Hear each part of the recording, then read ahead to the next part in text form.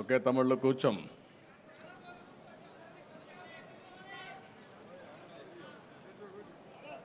ఈరోజు ఎన్డీఏ తరపున మనం విజయోత్సవాలు చేసుకుంటున్నాం. 9 నెలల్లో వచ్చిన ఎన్నిక ఓసారి ఎన్నికలు చరిత్ర తిరగరాస్తూ ఉంటాం. 2024లో జరిగిన ఎన్నికలు మీరు ఒక్కసారి చూస్తే చరిత్రలో 57% ఓటుతో 93% స్ట్రైక్ రేట్ వచ్చింది. అది ఒక చరిత్ర. 9 నెలల తర్వాత ఈరోజు మీరు చూస్తే 2 గ్రాడ్యుయేట్స్ కాన్స్టిట్యున్సీలు మనం పోటీ చేస్తే 2 గెలిచామంటే ఇది ఒక చరిత్ర అని చెప్పి మీ అందరికీ తెలియజేస్తున్నా. ఇంకో పక్కన ఉత్తరాంధ్ర టీచర్స్ కాన్స్టిట్యున్సీ కూడా వేదిక పైనుండే 3 పార్టీలు 2 అభ్యర్థులకి మనం సహకరించాం.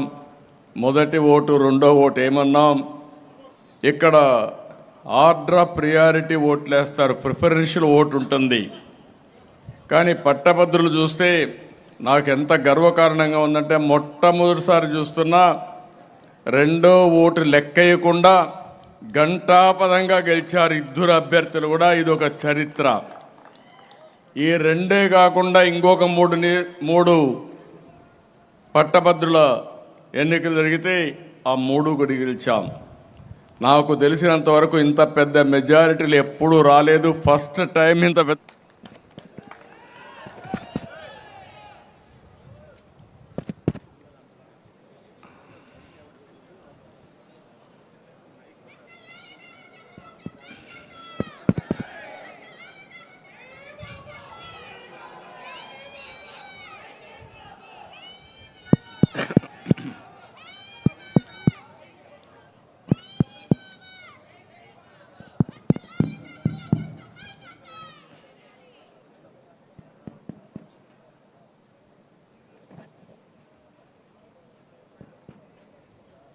ఈరోజు మనం చూసినప్పుడు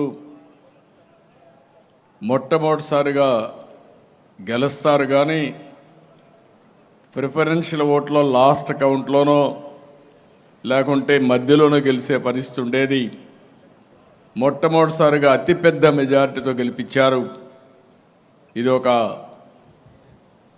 ఒక మాటలో చెప్పాలంటే మన మీద ప్రజలకు ఉండే విశ్వాసం అని మరొక్కసారి మీ అందరికీ తెలియజేస్తున్నా.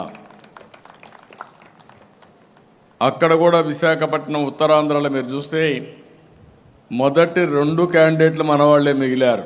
3వ క్యాండిడేటు కౌంటింగే లేకుండా, అవసరం లేకుండా వాళ్ళల్లో ఒకరు గెలిచే పరిస్థితికి వచ్చారు. ఏదేమైనా కొంతమందిని నేను చూస్తున్నాను రాజకీయాల్లో, ఎవరైతే పని చేస్తారో వాళ్ళు గెలిపిస్తారు. అది మాట్లాడే ముందు జనసేన మిత్రుడు పవన్ కళ్యాణ్ గారు ఇక్కడ లేరు. ఆయన తరపున ఈ కార్యక్రమానికి వచ్చినటువంటి నాదెళ్ల మనోహర్ గారు, బీజేపీ అధ్యక్షురాలు తరపున ఈరోజు ఈ కార్యక్రమానికి వచ్చిన సత్యకుమార్ గారు, గౌరవ జనరల్ సెక్రటరీ లోకేష్ గారు, తెలుగుదేశం పార్టీ రాష్ట్ర అధ్యక్షులు శ్రీనివాస్ గారు, ఆలపాటి రాజేంద్ర ప్రసాద్ గారు ఇప్పుడే చెప్పాడు. ఈరోజు అక్కడ బెస్ట్ ఎగ్జాంపుల్ మీరు ఒకసారి చూస్తే ఆలపాటి రాజేంద్ర ప్రసాద్ మొన్న ఎన్నికలు జరిగినప్పుడు ఈసారి ఇబ్బంది వస్తూ ఉంది కాబట్టి నాదెళ్ల మనోహర్ గారు ఉన్నారు, మీరు సహకరించాలంటే ఒక్క మాట మాట్లాడకుండా పూర్తిగా సహకరించిన వ్యక్తి ఆలపాటి రాజేంద్ర ప్రసాద్ గారు. అదే మరి ఇంకొక పక్కన బెస్ట్ ఎగ్జాంపుల్ మీరు చూస్తే నాదెళ్ల మనోహర్ గారు నిన్న జరిగిన ఎన్నికల్లో వాళ్ళ నియోజకవర్గంలో పనిచేయడమే కాకుండా 2 గ్రాడ్యుయేట్స్ కాన్స్టిట్యున్సీల్లో గెలిపించడానికి చాలా కష్టపడి మాట నిలబెట్టుకున్న వ్యక్తి నాదెళ్ల మనోహర్ గారు. ఈ రెండు ఎగ్జాంపుల్స్ ఎందుకు మీకు చెప్పానంటే, ఒక్కొక్కసారి మనమందరం కూడా సీటు పోతే డీమార్లేజ్ అవుతాం, అక్కడి నుంచి చిన్న చిన్న తప్పులు చేస్తాం. ఆ తప్పులు వ్యక్తిత్వాన్ని దెబ్బతీస్తాయి. అట్లా కాకుండా ఒక పార్టీ అనేది కొన్నిసార్లు కొన్ని నిర్ణయాలు తీసుకుంటాం. ఆ నిర్ణయాలు గౌరవించినప్పుడు తిరిగి వాళ్ళ గౌరవించే బాధ్యత పార్టీ తీసుకుంటుందని చెప్పి కూడా నేను మీకు తెలియజేస్తున్నా. ఏ పార్టీ అయినా సరే దానికి పాటుపడి పనిచేస్తాం. ఇంకో పక్కన మొట్టమొదటిసారి పేరాబత్తుల రాజశేఖర్ ఎమ్మెల్సీ అయ్యాడు. పార్టీకి సిన్సియర్గా పనిచేస్తూ ఉంటే నేను ఆలోచించి చెప్పాను, నువ్వు ఎమ్మెల్సీగా ఉంటావంటే నేను ఉంటానన్నాడు. అక్కడి నుంచి ఆయన పెడితే బ్రహ్మాండమైన మెజార్టీతో మీరు గెలిపించే పరిస్థితికి వచ్చారు. ఇవన్నీ చూసిన తర్వాత మనందరం గుర్తుపెట్టుకోవాల్సింది, ఎప్పుడైనా సరే ఎప్పుడు ఎన్నికలు వచ్చినా ఆ ఎన్నికల్లో అందరం పనిచేయగలిగితే ఎప్పుడూ తిరుగుండదు. అధికారంకి వస్తానే పని చేసిన వాళ్ళని మర్చిపోయినా, లేకపోతే ఏ పార్టీకైనా 3 పార్టీలకి ఇది వర్తిస్తుంది, పని చేసిన వాళ్ళకు కాకుండా వేరే వాళ్ళకు కూడా కలిసి పనిచేసినప్పుడు ఫలితాలు కూడా అనూహ్యంగా ఉంటాయి. నేను 2024లో చూశాను, తెలుగుదేశం పార్టీ కార్యకర్తలందరికీ ఒకే పిలిపించాను. ఈ రాష్ట్రాన్ని పునర్నిర్మాణం చేయాలి, గెలిచే అభ్యర్థులకే సీట్లు ఇస్తున్నాం, మీరు ఏమాత్రం ఆలోచించకుండా ఎవరైతే ప్రజామోదం పొందారో అలాంటి అభ్యర్థులు నేను పెట్టినప్పుడు గెలిపించే బాధ్యత మీరు తీసుకోండి, మీకు అండగా ఉంటాను. ఏ అభ్యర్థిని కాదు, కూటమి అభ్యర్థులు ఎవరైనా సరే గెలిపించాలని నేను పిలిపించాను. 100% తెలుగుదేశం పార్టీ కుటుంబ సభ్యులు ఫాలో అయ్యారు. మిత్రుడు పవన్ కళ్యాణ్ గారు ఒకే మాట చెప్పారు, ఈరోజు రాష్ట్ర పునర్నిర్మాణం కోసమే మేము కలిసాం, ఈలో మాకు ఎలాంటి స్వప్రయోజనాలు లేవు, కూటమి గెలవాలి, ప్రతి ఒక్కరూ పనిచేయాలని పిలిపిస్తే జన సైనికులు 100% పనిచేశారు. వారిని మనస్ఫూర్తిగా మరొక్కసారి అభినందిస్తున్నా. అదే మరిగా బీజేపీ పురంధేశ్వరి గారు కానీ అదే మరి పార్టీ కానీ ఒక పిలిపిస్తే వాళ్ళు కూడా క్రమశిక్షణతో పనిచేశారు. 3 పార్టీలు కలిసి పనిచేశాం, సమైక్యంగా పనిచేశాం. ఈరోజు మీరు చూస్తే అన్ని సీట్లు గెలిచాం. ఈ రాష్ట్ర పునర్నిర్మాణానికి ఆ గెలుపు ఒక సంజీవనిగా పనిచేస్తూ ఉంది. ఈ విషయం మనం గుర్తుపెట్టుకోవాల్సిన అవసరం ఉంది. ఈరోజు ఎన్డీఏ ప్రభుత్వం పూర్తిగా సహకరిస్తూ ఉంది, నరేంద్ర మోడీ గారు సహకరిస్తున్నారు. అందుకే ఇప్పుడు మన మిత్రులు చెప్పారు, చాలా విషయాలు చెప్పారు, అన్నిటికీ పోను కానీ అమరావతి శ్మశానం అని మాట్లాడారు. 3 రాజధానులు మాటలు చెప్పి 3 ముక్కలాటాడి ఎక్కడా అభివృద్ధి చేయకుండా సర్వనాశనం చేసే పరిస్థితికి వచ్చారు. ఈరోజు దీన్ని చాలా అసాధ్యమైన పని, 15,000 కోట్ల రూపాయలు నిధులు మనకు వరల్డ్ బ్యాంక్ ద్వారా కేటాయించి పనులకు ఇమీడియట్గా చేయడానికి, సుజావుగా చేయడానికి దోహదం చేశారు. పోలవరం ప్రాజెక్టు ఆవేదన పడ్డాను. దగ్గర మీరు ఒకసారి చూస్తే ఆ రోజు నేను 72% పనులు పూర్తి అయినాయి. డయాఫామ్ వాల్ అయితే బావర్ కంపెనీ పనిచేసే సమయంలో వాళ్ళకు గొడవలుంటే కేంద్రం సహకారం తీసుకొని పూర్తి చేశాం. 2 సీజన్లు ఇక్కడే ఉమామహేశ్వర గారు ఉన్నారు, 2 సీజన్లో పూర్తి చేశాం. అలాంటి చరిత్రాత్మకమైన పనులు చేసి అదే ఆ ప్రభుత్వం కానీ కంటిన్యూ అయి ఉంటే 2020కే పోలవరం పూర్తి చేసి జాతికి అంకితం చేసేవారం. ఈరోజు డయాఫామ్ వాల్ మొత్తం కొట్టుకొని పోయే పరిస్థితి వచ్చింది. ఎవరైనా ఆ ప్రాజెక్టు విచ్ఛిన్నమైనప్పుడు బాధపడిన వాళ్ళు ఉంటారంటే నేనే మొదటి వ్యక్తిని. ఎందుకంటే దాంతో నేను చాలా అసోసియేట్ అయ్యాను. ప్రతి వారం సోమవారాన్ని పోలవరం చేసుకున్నాను. నెలకొక్కసారి పోలవరం వెళ్ళాను. పండగల పూట కూడా కన్సర్న్ మినిస్టర్ని కలిసి ఎట్టి పరిస్థితిలో పూర్తి చేయాలని ఒత్తిడి తీసుకొచ్చారు. అలాంటి ప్రాజెక్టు ఆంధ్రప్రదేశ్కి జీవనాడి. అలాంటి జీవనాడిని సర్వనాశనం చేసే పరిస్థితులు చాలా బాధపడ్డాం. దానికి కూడా మీరు చూస్తే కేంద్రం పూర్తిగా ముందుకొచ్చి 12,150 కోట్ల రూపాయలు నిధులు కేటాయించి ప్రాజెక్ట్ని సుజావుగా ముందుకు తీసుకుపోవడానికి దోహదం చేశారు. ఇవన్నీ కూడా మొదటి 3-4 నెలల్లో జరిగాయంటే అది ఎన్డీఏ పట్టుదల, కమిట్మెంట్ అని చెప్పి మరొకసారి మీ అందరికీ తెలియజేస్తున్నా. ఇదే కాకుండా అసాధ్యం అనుకున్నటువంటి విశాఖపట్నం స్టీల్ ప్లాంట్ చాలామంది అనుకున్నారు ఇంకా రాదు అని. విశాఖ నేను ఒకటే చెప్పాను, ప్రధానమంత్రి గారు కానీ స్టీల్ మంత్రికి కానీ నిర్మలా సీతారామన్ గారిని ఒకటే కోరాను. ఆంధ్రప్రదేశ్ ప్రజల యొక్క సెంటిమెంట్ ఇది. ఉద్యమాలు జరిగాయి. విశాఖ ఉక్కు ఆంధ్రుల హక్కు అని ఉద్యమాలు జరిగి ప్రాణత్యాగాలు చేశారు. అలాంటి ప్రాణత్యాగాలు చేసిన ఈ ప్రాజెక్ట్ని మీరు ఏమాత్రం కూడా నిర్లక్ష్యం చేసినా మన కూటమికే ప్రమాదం వస్తుందని చెప్పితే మన ప్రజలు మనల్ని విశ్వసించరంటే అలాంటి విషయాన్ని ప్రధానమంత్రి గారు మీరు చూస్తే దగ్గర 12,000 కోట్ల రూపాయలు శాంక్షన్ చేసి అసాధ్యం అనుకున్నటువంటి విశాఖపట్నం స్టీల్ని సుసాధ్యం చేశారంటే అది కూడా ఈ 5-6 నెలల్లో చేయగలిగాం. విశాఖపట్నం రైల్వే జోన్ ఎవరు ఊహించలేదు. మన ఎమ్మెల్యేలు కూడా నమ్మకం లేని పరిస్థితి ఉంటే విశాఖపట్నం రైల్వే జోను కూడా పూర్తి చేసుకున్నాం. ప్రధానమంత్రి గారే ఫౌండేషన్ వేసే పరిస్థితికి వచ్చారు. ఈరోజు ఈ యొక్క 9 నెలల్లో మీరు చూస్తే 6,50,000 కోట్ల రూపాయలు పెట్టుబడులు వచ్చాయి.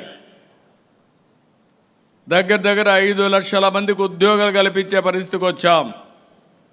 ప్రధానమంత్రి గారు మొన్నే విశాఖపట్నం వచ్చి ఏదైతే గ్రీన్ హైడ్రోజన్ ప్లాంట్కి ఫౌండేషన్ వేశారు, దీని మీద ఏదైతే ఎన్టీపీసీ మన జెన్కో 2 కలిపి 1,90,000 కోట్ల రూపాయలు ఖర్చు పెట్టడానికి ప్రణాళికలు తయారు చేసే పరిస్థితికి వచ్చారు. ఇవన్నీ కూడా ప్రజల్లో ప్రగాఢంగా ముందుకెళ్ళాయి.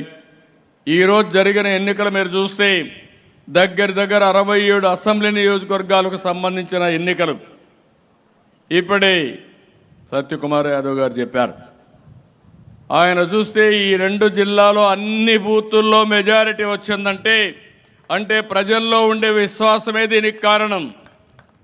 నేను ఒకటే ఇక్కడుండే మిత్రులందరినీ కోరుతున్నా, మీ ద్వారా రాష్ట్రంలో ఉండే 3 పార్టీల నాయకుల్ని, ఎమ్మెల్యేలని, ఎంపీలని, కార్యకర్తలను కోరుతున్నాను. ఈ ఐకమత్యం శాశ్వతంగా ఉండాలి. ఒకరిని ఒకరు గౌరవించుకునే మంచి సాంప్రదాయానికి మీరు శ్రీకారం చుట్టాలి. కలిసి పనిచేయాలి. అదే మరిగా ఈ 3 పార్టీలు కానీ ప్రజల్లో మీరుంటే ఈ రాష్ట్రంలో భవిష్యత్తులో కూడా ఏ పార్టీకి అవకాశం ఉండదు.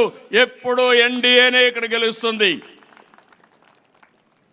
ఇది కూడా ఎప్పుడు కూడా మనం చూస్తున్నాం. 25 సంవత్సరాలు గుజరాత్లో బీజేపీనే గెలుస్తూ ఉంది. 3 సార్లు హర్యానాలో బీజేపీనే గెలిచింది. మొన్నటి వరకు 25 సంవత్సరాలు పక్క రాష్ట్రం ఒరిస్సాలో బిజు జనతాదళే గెలిచింది, అంటే జేడీయూ గెలిచింది. ఇవన్నీ మనం చూసినప్పుడు బెస్ట్ ఎగ్జాంపుల్స్. ఎమ్మెల్యేలు కానీ ఎంపీలు కానీ ఆలోచించుకోవాలి. మీ పరిధిలో మీరు శాశ్వతంగా ఎమ్మెల్యేగా ఉండాలంటే సాధ్యం. ఒకసారి ఎమ్మెల్యేగా ఉండాలంటే అది మీ చేతుల్లో ఉంది. పార్టీ మాత్రం ఎన్డీఏ ఒకటే ఆలోచిస్తున్నాం. ఏవైతే ప్రజల యాస్పిరేషన్స్ని ఫుల్ఫిల్ చేస్తూనే మనం ఎప్పటికప్పుడు ముందుకు పోయే బాధ్యత తీసుకుంటాం. మీరు కూడా ఈ విషయాన్ని గుర్తుపెట్టుకోవాల్సిన అవసరం ఉంది. ఇప్పుడే మన మిత్రులు చెప్పినట్టు రాజేంద్ర ప్రసాద్ గారికి అయితే 82,320 ఓట్లు ఆయనకు వచ్చాయి.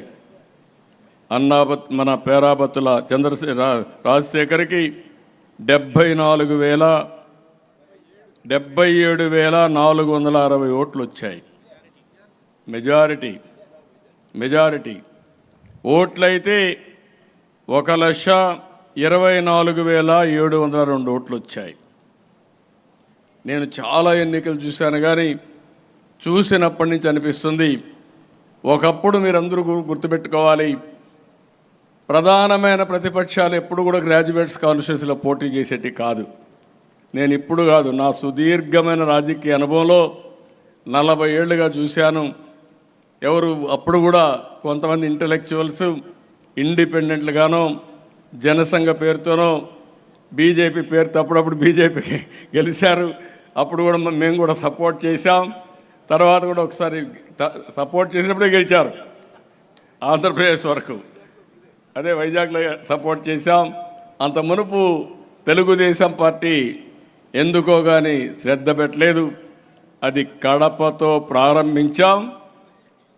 అది మీరు చూస్తే ఏదైతే రాయలసీమ వెస్ట్తో ప్రారంభించి రాయలసీమ ఈస్ట్తో మొదలుపెట్టి విశాఖపట్నంతో అక్కడి నుంచి శ్రీకారం చుట్టి 5 గ్రాడ్యుయేట్స్ కాన్స్టిట్యున్సీలు గెలిచే పరిస్థితి వచ్చామంటే అది ఒక పెద్ద అనుభూతి అని చెప్పి కూడా నేను మీకు తెలియజేస్తున్నా.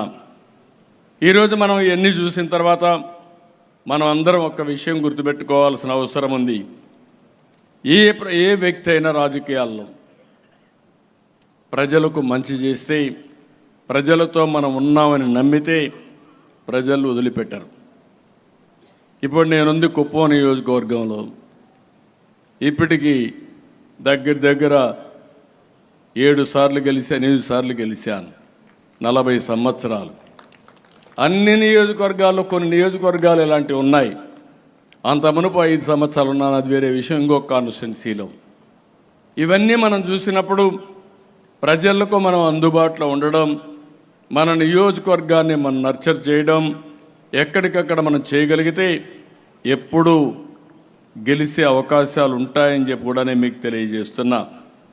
ఇంకొక పక్కన ఈరోజు నేను మిమ్మల్ని అందరినీ కోరేది ఒకటే, ఈరోజు చాలా సమస్యల్లో కూడా మనం చూసినప్పుడు బాధ్యతలు చాలా ఉన్నాయి. నేను 4వ ముఖ్యమంత్రి. ఇప్పుడు కూడా నాకు ఒకసారి తలుచుకుంటే నిద్ర రావడం లేదు. లెక్కలు చూస్తే నాకు అంతుపట్టడం లేదు. సూపర్ 6 చెప్పాం. ఇంకో పక్కన అనేక హామీలు ఇచ్చాం. ఇంకో పక్క ఖజానా చూస్తే ఏం చేయాలనో దిక్కుదోచని పరిస్థితి. కేంద్రాన్ని అడగాలంటే ఏం అడగాలనో తెలియని పరిస్థితి. ఎందుకంటే ఏదో ఒక లెక్క అడగాలి కదా, ఆ లెక్క అడగాలంటే ఎక్కడ దిక్కులేని పరిస్థితి వచ్చింది. ఇలాంటి క్లిష్టమైన పరిస్థితులు వచ్చినప్పుడు చెప్పిన మాట నిలబెట్టుకోవడానికి ఎన్డీఏ ప్రభుత్వం రాష్ట్రంలో అనునిత్యం ఆలోచిస్తున్నామని మరొక్కసారి మీ అందరికీ హామీ ఇస్తున్నా. ఎక్కడా ఇవ్వని విధంగా ఇచ్చాం. ఇప్పుడే అన్ని డీటెయిల్స్ చెప్పారు కాబట్టి నేను మళ్ళీ పోవడం లేదు. పెన్షన్స్ విషయంలో మొదటి సంతకం పెట్టి ఏప్రిల్ నుంచే అరియర్స్ కూడా ఇస్తామని చెప్పి అరియర్స్ కూడా ఇచ్చిన ఏకైక ప్రభుత్వం ఎన్డీఏ ప్రభుత్వం. ఇక్కడ అన్నా క్యాంటీన్లు పెట్టాం. అదే మరి మిగిలిన మనం చెప్పినట్టు అన్నీ చేసి మళ్ళీ ఏ విధంగా చేయాలని ఆలోచిస్తున్నా. మనం మాట ఇచ్చాం, చెప్పాం, ప్రజలు మన మీద నమ్మకం పెట్టుకున్నారు. అందుకే తొందరలోనే తల్లికి వందనం ఇవ్వాలని, అదే సమయంలో రైతుకి ఇవ్వాల్సిన అన్నదాత రైతుకి ఇవ్వాలని, ఇంకో పక్క మత్స్యకారులకి మనం వాళ్ళు వేటకు పోయే సమయంలో హాలిడే ఇస్తారు. ఆ సమయంలో 20,000 రూపాయలు ఇస్తున్నాం. అది నిలబెట్టుకోవడానికి అన్ని ప్రయత్నాలు చేస్తున్నాం. నాకు ఒక నమ్మకం ఉంది. ఎట్టి పరిస్థితిలో వారికి కూడా ఇచ్చి వారి నమ్మకాన్ని నిలబెట్టుకుంటామని మరొక్కసారి మీ అందరికీ హామీ ఇస్తున్నా. ఈరోజు మనల్ని గెలిపించింది గ్రాడ్యుయేట్స్ గెలిపించారు, చదువుకున్న వాళ్ళు గెలిపించారు. అప్పుడు 57% అయితే ఇప్పుడు 67-63%కి వెళ్ళే పరిస్థితి వచ్చింది. అంటే నమ్మకం పెరిగింది. దీన్ని మనం అందరం గుర్తుపెట్టుకోవాల్సింది. ఎవరైతే గ్రాడ్యుయేట్స్ ఉన్నారో వారందరికీ విజ్ఞప్తి చేస్తున్నా, మనస్ఫూర్తిగా కూటమి తరపున మీకు ధన్యవాదాలు తెలియజేస్తున్నా. అచంచలమైన విశ్వాసం పెట్టుకున్నారు, మీరందరూ కలిసి ఓటేశారు, అది నేను గుర్తుపెట్టుకుంటాం. కానీ ఈరోజు రాష్ట్రంలో ఎప్పుడూ రాని విధంగా మళ్ళీ ఒకసారి చెప్తున్నా, ఎక్కడైతే డబల్ ఇంజన్ సర్కార్ ఉంటుందో అక్కడ అభివృద్ధి ఉంటుంది. మన రాష్ట్రంలో డబల్ ఇంజన్ సర్కార్ ఉంది. కేంద్రం రాష్ట్రం కలిసి సమిష్టిగా పనిచేస్తాం. కేంద్రంలో ఎలాంటి ఇబ్బందులున్నా రియల్ టైంలో పరిష్కారం చేసుకుని ఒకరిని ఒకరు స్ట్రెంగ్తన్ చేసుకుంటూ ముందుకు పోయే సాంప్రదాయానికి శ్రీకారం చుట్టాం. దీనివల్ల మెరుగైన ఫలితాలు వస్తాయని చెప్పి కూడా నేను మీకు తెలియజేస్తున్నా. ఈరోజు తెలుగుదేశం ఈ యొక్క ఎన్డీఏ పార్ట్నర్సే కాకుండా చదువుకున్న వ్యక్తులు ప్రతి ఒక్కరూ ఆలోచించాల్సిన అవసరం ఉంది. ఉపాధ్యాయులు, రిటైర్ అయిన వ్యక్తులు, ఇప్పుడు పనిచేసే ఎంప్లాయీస్ అందరూ గవర్నమెంట్లో, ప్రైవేట్లో పనిచేసే వ్యక్తులు, లేకుంటే అన్ఎంప్లాయీగా ఉన్న వ్యక్తులు మీరు కూడా ఆలోచించుకోవాల్సిన అవసరం ఉంది. భవిష్యత్తులో నాలెడ్జ్ ఎకానమీ ప్రగాఢమైన రోల్ ప్లే చేయబోతుంది మన దీంట్లో. అలాంటి నాలెడ్జ్ ఎకానమీలో కీలక పాత్ర పోషించవలసిన బాధ్యత ఈ యొక్క గ్రాడ్యుయేట్స్కి ఉంది. అందుకే నేను చాలా స్పష్టంగా ఏదో 40 ఏళ్ళకు 50 ఏళ్ళకు చెప్పడం లేదు. స్వర్ణాంధ్ర విజన్ 2047 ఎగ్జాక్ట్గా ఇప్పటి నుంచి 23 ఏళ్ళు. హైదరాబాద్ డెవలప్ చేసింది 95 నుంచి డెవలప్ చేస్తే 30 ఏళ్లలో ఒక ప్రూఫ్ ఆఫ్ కాన్సెప్ట్ మన కళ్ళ ముద్దర కనపడుస్తూ ఉంది. మళ్ళీ నేను హామీ ఇస్తున్నా, ప్రజలను కోరుతున్నా, విద్యావంతులు ముందుండాలని చెప్పి అప్పీల్ చేస్తున్నా. 2047కి భారతదేశంలో నెంబర్ 1 రాష్ట్రం ఏదంటే దానికి చిరునామాగా ఆంధ్రప్రదేశ్ ఉండాలి.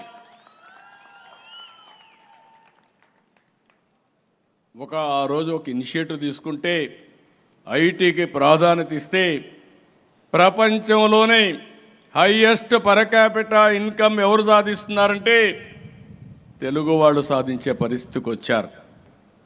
అది తెలుగు వారికి సాధ్యం. ఆ విషయం గుర్తుపెట్టుకోవాల్సిందిగా కోరుతున్నా. నేను 2047కు మాట్లాడడం లేదు. పోయిన సంవత్సరం ఇప్పుడు మనం వచ్చే 9 నెలలు అయింది. 9 నెలల్లో మీరు అభివృద్ధి చూస్తే 12.94% వచ్చింది. దానివల్ల జరిగింది ఊహించిన విధంగా తలసరి ఆదాయం పెరిగింది. పోయిన సంవత్సరానికి ఈ సంవత్సరానికి లెక్కేసుకుంటే ప్రతి ఒక్క వ్యక్తి తలసరి ఆదాయం గణనీయంగా పెంచాం. ప్రతి నెల, ప్రతి సంవత్సరం ఏ విధంగా ఆదాయం పెరుగుతుంది, తలసరి ఆదాయం పెరుగుతుంది, వాళ్ళ జీవన ప్రమాణాలు పెరుగుతాయో ఒక కొలమానంగా ముందుకు పోతామని చెప్పి కూడా నేను మీకు తెలియజేస్తున్నా. ఈరోజు మనం చూస్తున్నాం, నేను వేరే పార్టీలను ఇప్పుడు విమర్శించడం లేదు, అవసరం లేదని నా అభిప్రాయం. నేను మాట్లాడే మాటలే ప్రజలకు కావాల్సింది కానీ నేను చేసే పనులు కావాలి కానీ వాళ్ళ గురించి విమర్శించే సమయం కూడా వేస్ట్ చేసుకోవడం కూడా నాకు ఇష్టం లేదు. ఈరోజు మీరు చూసినప్పుడు ఒక స్పష్టమైన లక్ష్యాలతో ముందుకు పోతున్నాం. వెల్తీ, హెల్తీ, హ్యాపీ సొసైటీ లక్ష్యంగా ఈరోజు ఎన్డీఏ ముందుకు పోతా ఉందని మరొక్కసారి తెలియజేస్తున్నా. ఆదాయం ఉంటే చాలదు, ఆరోగ్యం ఉండాలి, ఆనందం ఉండాలి. ఇవన్నీ జరగాలంటే ఒక ప్రాపర్ ఎకోసిస్టమ్ కూడా ఉండాల్సిన అవసరం ఉంది. అందుకే రాష్ట్రంలో ఉండే చదువుకున్న వారందరినీ కోరుతున్నా, zero poverty, P4 hour policy. ఏదైతే PPPలో పబ్లిక్ ప్రైవేట్ పార్ట్నర్షిప్తో ఆ రోజు మనందరం ఆలోచించి సంపద క్రియేట్ చేశాం. ఈరోజు నేషనల్ హైవేలు వచ్చాయంటే, లేకుంటే టెలికమ్యూనికేషన్ సెక్టర్ డెవలప్ అయిందంటే కారణం ఈరోజు PPP మోడల్లో వచ్చాయి. అదే సమయంలో సమాజంలో పేదరికం లేకుండా చూడవలసిన బాధ్యత మన మీద ఉంది. ఒక ప్రభుత్వానికే సాధ్యం కాదు, అందరం కలవాలి. ప్రభుత్వం శ్రద్ధ పెడతాం, అందరినీ కలుపుకొని వస్తాం. ఎన్డీఏ నాయకత్వం ఎవరైతే ఉన్నారో ఇక్కడి రాష్ట్రంలో మీరు చొరవ తీసుకోండి, అందరినీ కలిపి దేశానికి ఆదర్శంగా ఆర్థిక అసమానతలు లేనటువంటి వీలైనంత వరకు పేదరికం లేకుండా ఉండడమే కాకుండా వాళ్ళ ఆదాయాన్ని పెంచే మార్గం ఆలోచిస్తామని చెప్పి కూడా నేను మీకు తెలియజేస్తున్నా. నిన్న మొన్న చూస్తున్నా, నేను ఒక మాట చెప్పాను, నాకు అక్కడక్కడ కంప్లైంట్లు వస్తున్నాయి. తెలుగుదేశం పార్టీ నాయకులు లేకపోతే ఎన్డీఏ నాయకులు ఒకరిద్దరు అవతల వైఎస్ఆర్ కాంగ్రెస్ పార్టీకి పనిచేస్తున్నారు. మీరు పని చేయాల్సింది ఎన్డీఏ నాయకులకు పని చేయాలని చాలా స్పష్టంగా చెప్పాను. దీంట్లో నష్టం లేదు. అర్హులందరికీ సంక్షేమ కార్యక్రమాలు చేస్తాం, ప్రజలందరికీ అభివృద్ధి కార్యక్రమాలు చేస్తాం. అదే సమయంలో రాజకీయ పరిపాలన ఉంటుంది, సుపరిపాలన ఉంటుంది. ఆ రాజకీయ సుపరిపాలనలో భాగస్వాములు ఎన్డీఏ నాయకత్వాన్ని మరొక్కసారి స్పష్టం చేస్తున్నా. ఒక ట్రస్ట్ బోర్డు ఉంది, ఎన్డీఏ నాయకులు ఉంటారు. ఒక కార్పొరేషన్ ఉంటుంది, లేకుంటే ఇంకొక దగ్గర ఉంటాం. ఎన్డీఏ నాయకత్వం కూర్చొని డిసైడ్ చేస్తాం. ఆ గౌరవం ఎన్డీఏ నాయకులకు ఉండాలని తప్ప వైఎస్ఆర్ కాంగ్రెస్ పార్టీతో ఎవరైనా లాలూచి పడతారేమని ఆ మాట చెప్పాను. దీంట్లో గింజుకుంటున్నారు వైఎస్ఆర్ కాంగ్రెస్ పార్టీ.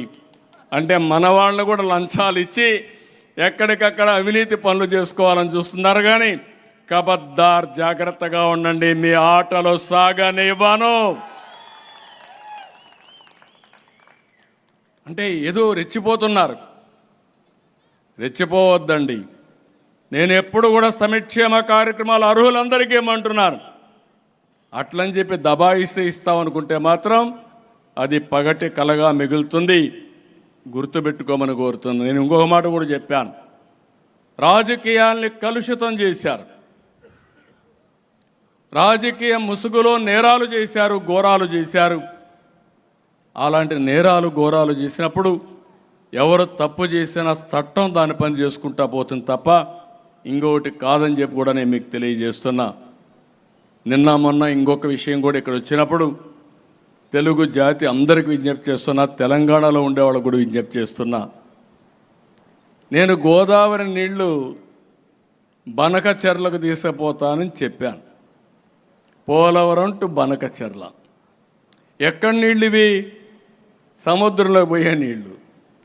సముద్రంలోకి పోయే నీళ్లు నేను తీసుకుపోతానంటే దాన్ని కొంతమంది ఒక పార్టీ రాజకీయం చేస్తే వాళ్ళు చేశారు కాబట్టి మేము చేయకపోతే వెనకబడిపోతామని ఇంకొకరు మాట్లాడే పరిస్థితికి వచ్చారు. ఇది మంచిది కాదు. నేను ఎప్పుడో ఒకటే చెప్తున్నాను, తెలుగుదేశం పార్టీ మొదటి నుంచి కూడా తెలుగు జాతి కోసం పెట్టిన పార్టీ. ఒక యుగ పురుషుడు ఎన్టీ రామారావు గారు పెట్టిన పార్టీ ఇది. ఆ రోజు ఈరోజు తెలుగు జాతి కోసం పనిచేస్తున్నాం. నేను ఆ మాటే చెప్పాను. విభజన రోజును కూడా మీరు గుర్తుపెట్టుకోవాలి. నాకు 2 ప్రాంతాలు సమానం అని చెప్పాను, 2 కళ్ళు అని చెప్పాను, ఇద్దరికి సమన్యాయం చేయమన్నాను. అయితే అక్కడ నమ్మారు, ఇక్కడ నమ్మారు. అక్కడ మేము బీజేపీ పోటీ చేసి 20 సీట్లు గెలిపించారు, ఇక్కడ అధికారాన్ని ఇచ్చారు. అది నా జీవితంలో ఎప్పుడూ మర్చిపోలేనని చెప్పి మీ అందరికీ మరొక్కసారి విజ్ఞప్తి చేస్తున్నా. సముద్రంలోకి పోయే నీళ్లు తీసుకుపోతామంటే దానికి కూడా ఎక్కడ రైట్ ఉందని ఆలోచిస్తామంటే ఎక్కడికి పోతాను? కాళేశ్వరం ఉంది.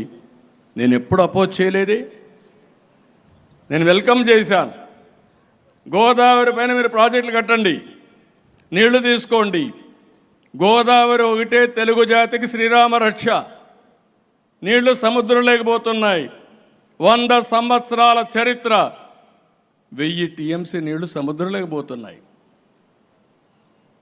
నా కోరిక ఇదే కాదు, గంగా కావేరి నదుల అనుసంధానం చేయాలి. ప్రధానమంత్రి నరేంద్ర మోడీ గారి కంటే ముందు వాజ్పేయి గారు ఒక టాస్క్ ఫోర్స్ కూడా వేశారు. నేను ప్రధానమంత్రి గారి దృష్టి తీసుకొచ్చినప్పుడు ముందు ఇంట్రా రివర్ లింక్ చేద్దాం, విత్ ఇన్ ది స్టేట్స్ అన్నీ కంప్లీట్ చేద్దాం. ఇది పూర్తయితే నేను గుజరాత్లో కూడా చేశాను, మీరందరూ కూడా స్టార్ట్ చేయండి. ఇది పూర్తి అయిన తర్వాత నేషనల్ లెవెల్లో రివర్స్ లింకేజ్ ఈజీ అవుతుందని ప్రధానమంత్రి గారు కూడా చెప్పే పరిస్థితి వచ్చారు. నేను చాలాసార్లు చెప్పాను, రాజకీయ నాయకులకి పాజిటివ్ థింకింగ్ ఉండాలి. ఈరోజు నరేంద్ర మోడీ గారు ఉన్నారు, మనం అందరం ఆలోచిస్తున్నాం.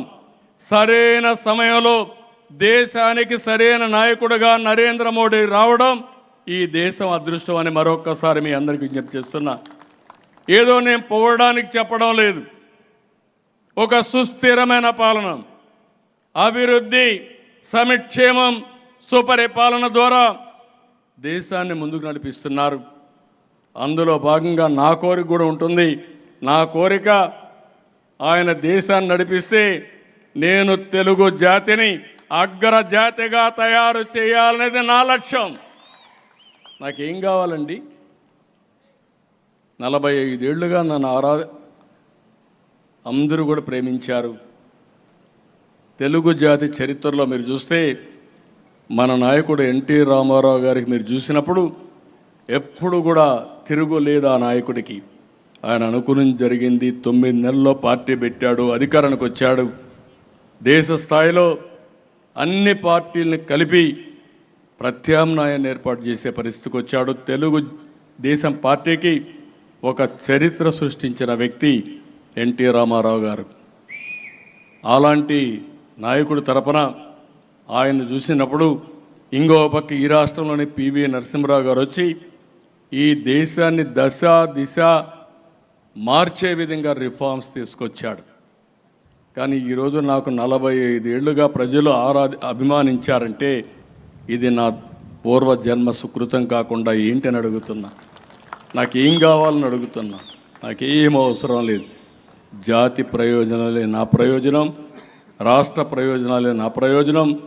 అందుకే మళ్ళీ విజ్ఞప్తి చేస్తున్నా, తెలంగాణలో కూడా సముద్రంలోకి పోయే నీళ్లు కరువు ప్రాంతాన్ని తీసుకుపోతే ఎవరు బాధపడక్కర్లేదు. దానికి అందరం కూడా ఆలోచించాల్సిన అవసరం ఉంది. పదే చెప్పాను, కాళేశ్వరం మీరు అభివృద్ధి చేశారు, చాలా మంచి పని చేశారు. ఇంకా కూడా ఎక్కడన్నా ఉంటే మీరు నీళ్లు తీసుకోండి. అక్కడి నుంచి మిగిలిన నీళ్ళు ఇక్కడికి వస్తాయి. రాజమండ్రి చివరి ప్రాంతంలో ఉంది. రాజమండ్రి దాటితే అవి సముద్రంలోకి పోతాయి తప్ప ఎవరూ ఉపయోగించుకోలేరు. మొన్న కూడా మనం చూసాం, విజయవాడ మొత్తం ముంపుకు గురైంది. పైన పడిన వర్షాలన్నీ ఒక తెలంగాణనే కాదు, కర్ణాటక, మహారాష్ట్రలో పడితే వాళ్ళు అక్కడ ప్రాజెక్టులు నిలబెట్టుకోలేకపోతే ఆ నీళ్లు మనకు వచ్చి ఇక్కడ ముంపుకు గురయ్యే పరిస్థితి వచ్చింది. అందుకనే లోయర్ రైపేరియన్ స్టేట్కి ఎప్పుడూ అధికారం ఉంటుంది. వీలైతే ఆ నీళ్లు వాడుకునే అవకాశం, అలాంటి నీళ్లు వాడుకుంటున్నాం తప్ప అది అందరికీ లాభం. రేపు అవసరమైతే మనం ఈ నీళ్లు తీసకపోతే ఇంకొక 20 టీఎంసీ 30 టీఎంసీ వాళ్ళు కావాలంటే అక్కడ కూడా వాడుకునే అవకాశం వస్తుంది. ఇది ప్రజాహితం కోసం పనిచేస్తున్నాం, తెలుగు జాతి కోసం పనిచేస్తున్నాం అని మరొక్కసారి విజ్ఞప్తి చేస్తున్నా. కాబట్టి ఇలాంటివి అప్పుడప్పుడు మన అభిప్రాయాలు కూడా చెప్పకపోతే వీళ్ళందరూ అనుకుంటారు ఏదో వాళ్ళు చెప్పిందే రైట్ అని కూడా అనుకునే ప్రమాదం ఉంటుంది. అది కరెక్ట్ కాదు. ప్రతి ఒక్క తెలుగు జాతి మొత్తం అందరం ఆలోచించుకోవాల్సింది, ఇక్కడున్నా తెలంగాణలో ఉన్నా ఎక్కడున్నా తెలుగు జాతి ప్రపంచంలో ఏ దేశంలో ఉన్నా, ఏ రాష్ట్రంలో ఉన్నా, ఏ రాష్ట్రాల్లో ఉన్నా తెలుగు జాతి కోసం చిరస్థాయిగా తెలుగుదేశం పార్టీ పనిచేస్తుందని మరొక్కసారి హామీ ఇస్తున్నా. కాబట్టి ఇలాంటి సందర్భాల్లో మిమ్మల్ని అందరినీ చూసిన తర్వాత చాలా ఆనందం కలుగుతూ ఉంది. మీతో ఈ విజయోత్సవాలు జరుపుకోవడం చాలా నాకు కూడా కొత్త జోష్ వస్తూ ఉంది, కొత్త ఎనర్జీ వస్తూ ఉంది. రాబోయే రోజుల్లో మనం అందరం కలిసి ఇలాంటి విజయోత్సవాలు ఎక్కువ జరుపుకోవాలి. కానీ ఎన్ని ఎన్నికల్లో మనం గెలవగలిగితే, ఎంత పెద్ద మెజారిటీ గెలిస్తే అంత పెద్ద సుస్థిరతకు నాంది పలుకుతుంది. అలాంటి సాధించినటువంటి వ్యక్తులకి ఎన్డీఏ పార్ట్నర్స్ అందరూ కూడా నేను చూశాను మొన్న కూడా. ఎందుకంటే నేను ఎన్నికలంటే అంతవరకు బాగుంటాను, కానీ ఎన్నికల రోజు మాత్రం ఎవరితో నేను కరెక్ట్గా ఉండను. నేను ఒకటే, ఎవరు పార్టీకి పనిచేస్తారో ఆ పార్టీకి వాళ్ళు అవసరం. ఎన్నికల్లో పనిచేయని ఏ కార్యకర్త కూడా, ముఖ్యంగా మా ఎన్డీఏ పార్ట్నర్స్కి అవసరం లేదు. నా ఉద్దేశ ప్రకారం అందరం పనిచేయాల్సిందే.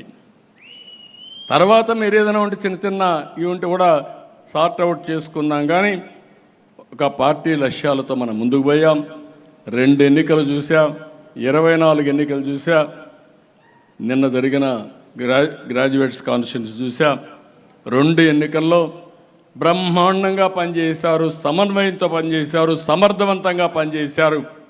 అలాంటి ఎన్డీఏ కార్యకర్తలందరికీ పేరు పేరున మనస్ఫూర్తిగా అభినందన తెలియజేసుకుంటూ, అందరినీ అభినందిస్తూ సెలవు తీసుకుంటున్నా. జై హింద్, జై ఎన్డీఏ.